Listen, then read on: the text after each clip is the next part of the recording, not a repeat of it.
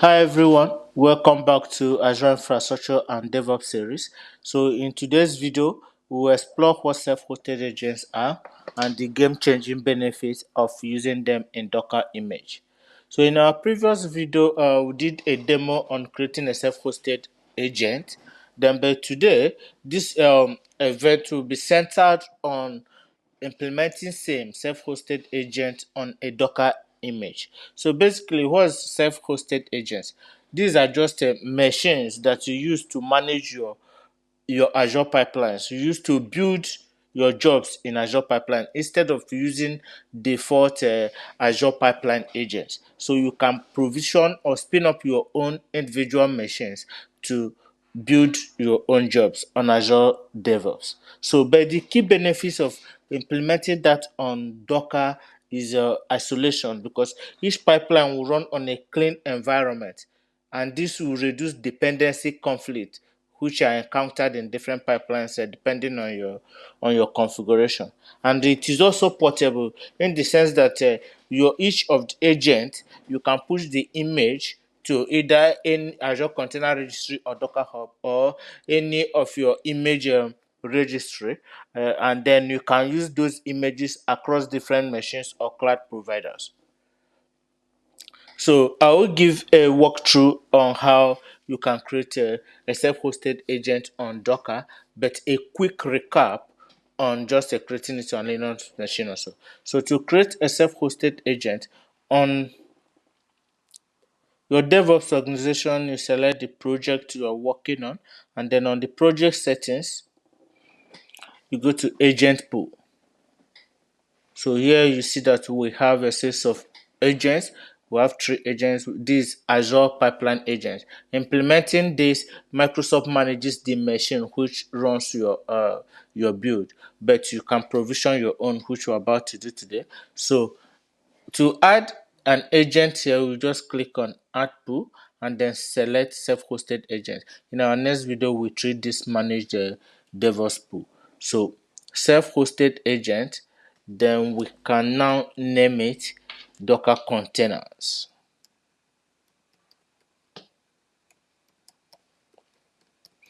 You can give it any desired name and then grant access to, if you want this to be only on a single pipeline or pipeline within this project, then you just click create. But if you want to grant it access to all the pipelines within the project, not just a single pipeline, then you click on this checkbox and then grant access to all the pipelines and click create.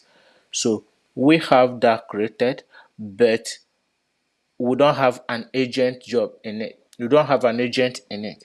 So to create an agent in it, you click on new agent. So this takes us to this interface where you have three options: Windows, Mac OS, or Linux environment. So any of your desired environment, you can select that and then follow these steps here, run these commands. Then two, install this agent to your environment. However, there are still some hidden steps like adding your personal access token and the rest, which is not reflected here. So, but you can watch that on our previous video on creating self-hosted agent. So, on this video, we'll center on implementing this self-hosted agent on Docker image.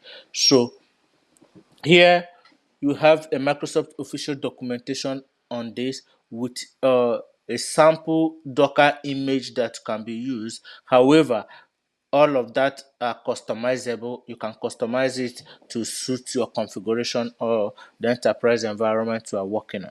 So we have this on Windows and we have on Linux environment. So for the purpose of this video, I'll be working on Linux environment. So the first thing we'll do is to create a directory. So we can just make a directory here.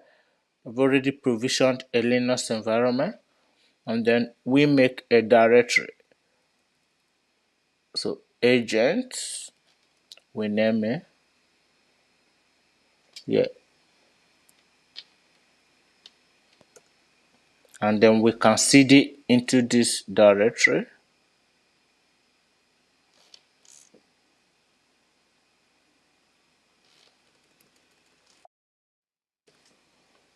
Yeah, here we go.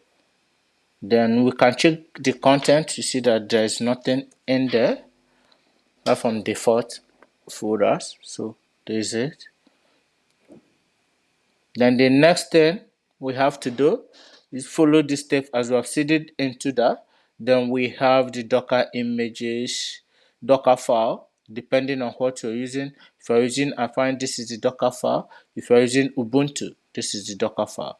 So I'm going to create this Docker file, the Ubuntu part of it, and then this is the name of the file. You can name it anything desired, or if you have a well-established naming convention, you can give it an established naming convention.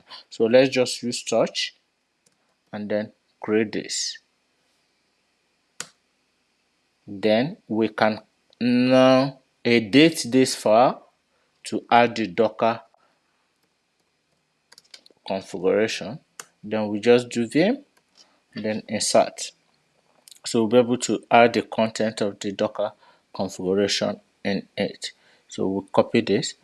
This Docker configuration can be modified to suit the application you are deploying or your environment.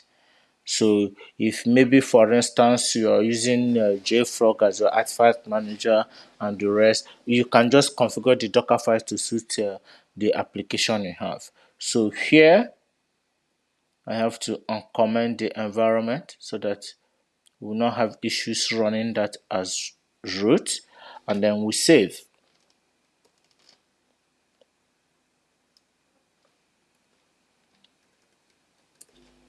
Okay, good. Once saved, if we cut this, you confirm that it already exists. The file we saved that successfully. Good. So the next thing to do is to create the second file. Yeah, creating the second file, which is the start.sh, the entry point.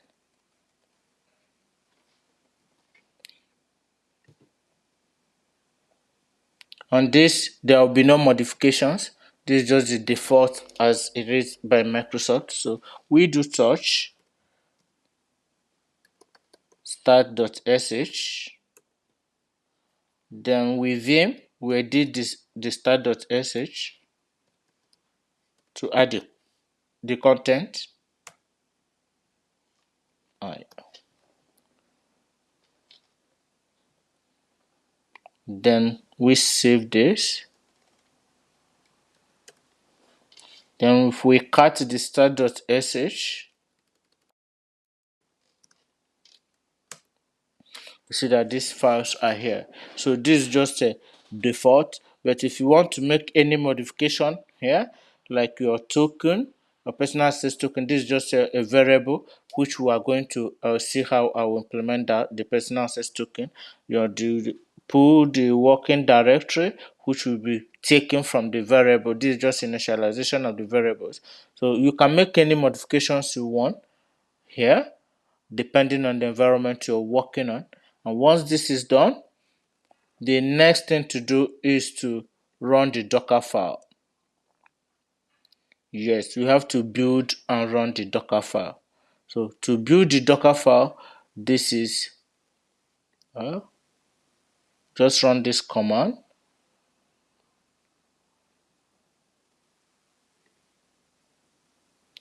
To build this, but you have to use sudo.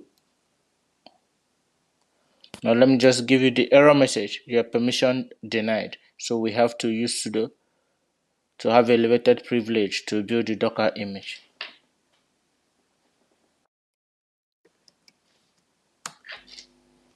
Okay. Okay, here we go. And then the next, the next is to modify this.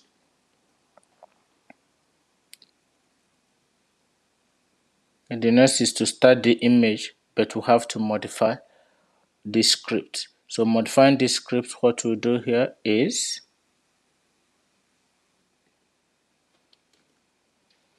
this is the test we've already done. Yes, but I'll repeat that here so that you understand what happened. So this is the URL of your DevOps environment.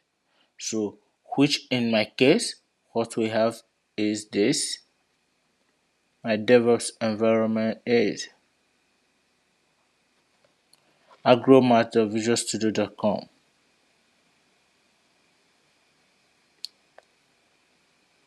Okay, we have to remove this and replace that with the URL. Okay, the personal access token. We already have a personal access token here. To generate a personal access token, we've done a quick video on generating personal access token on Azure DevOps. However, I'll just give you a quick overview on how you can quickly generate that now. So to generate a personal access token, you just click on your user interface and access token, and then you'll be able to create a new personal access token, new token from this interface if you want. Give it a name, grant permission you want, and then create. So that's that. So the next is to modify this. We've added the personal access token, the pool agent name. So the pool agent name that we've created, this is the pool agent name. We have to copy that and replace with what we have. Docker containers.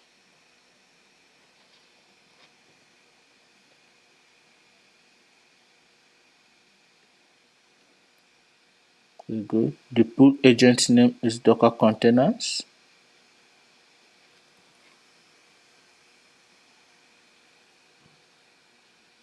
Okay. Docker agents. Then we leave the rest as default. And then you run this. We have to sudo it for permission.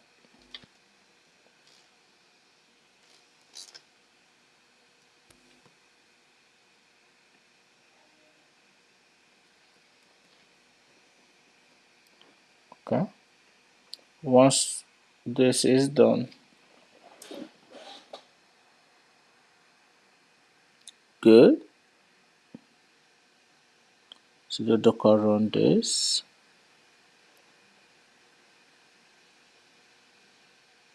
Okay, there's a conflict in the name that the name AZ agent Linux is already in use by a container, so we just have to edit it. AZ agent Linux. Yeah, this is it.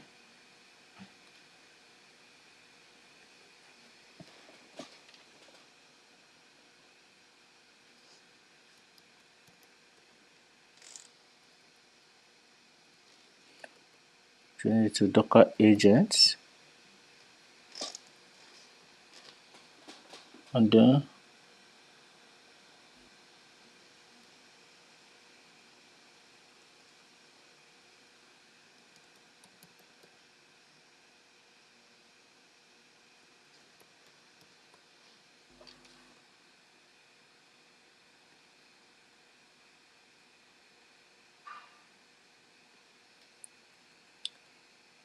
yeah, here we go. The Docker agent. Then after these few modifications, then we have to run that again.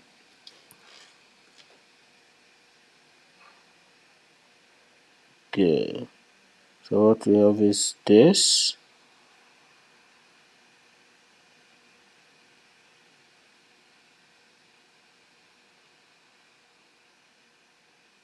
Okay. We just have to, based on this, we error, then we just have to rename that. The error is saying that the image name already exists, so we just have to rename that to Docker Agent Linux new, or any desired name you choose if you have established naming convention. And once that is done, you can just go back, run. Good, we're good here. So just give it a few seconds, and then we're connected to Azure Pipeline, and then it's connecting to server already. The pool agent is registered, successfully connected. Okay. Okay, it's listening for jobs now. So if we go back to the pipeline, we have to refresh this. You see that we have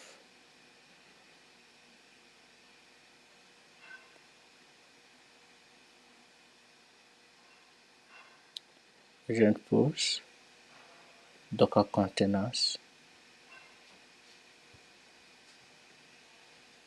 I know. The name we use, agent pools. Then we have demo Linux containers. That is the name of the pool we're pushing it to now. We have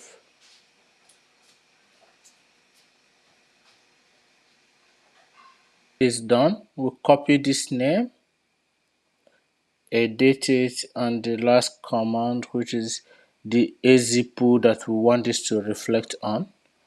Then we'll copy. Meanwhile, to avoid the name conflict, we'll remove the previous one that we no longer need. Then we run the command again. Good. So this is downloading.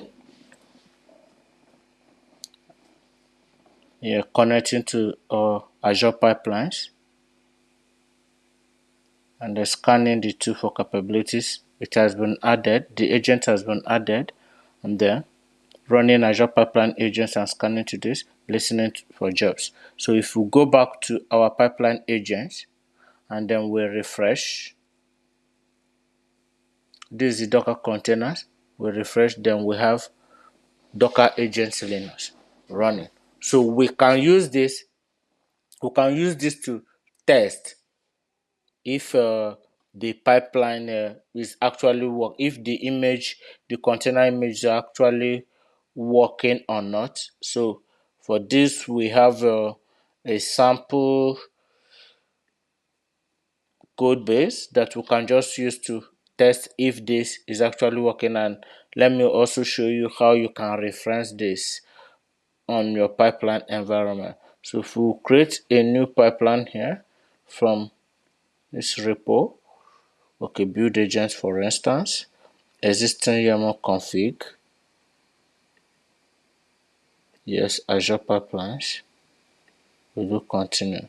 So I will have to modify this pool name to the new one that we just created, Docker containers. So this is just a sample build YAML configuration to test this pool. So we save and run.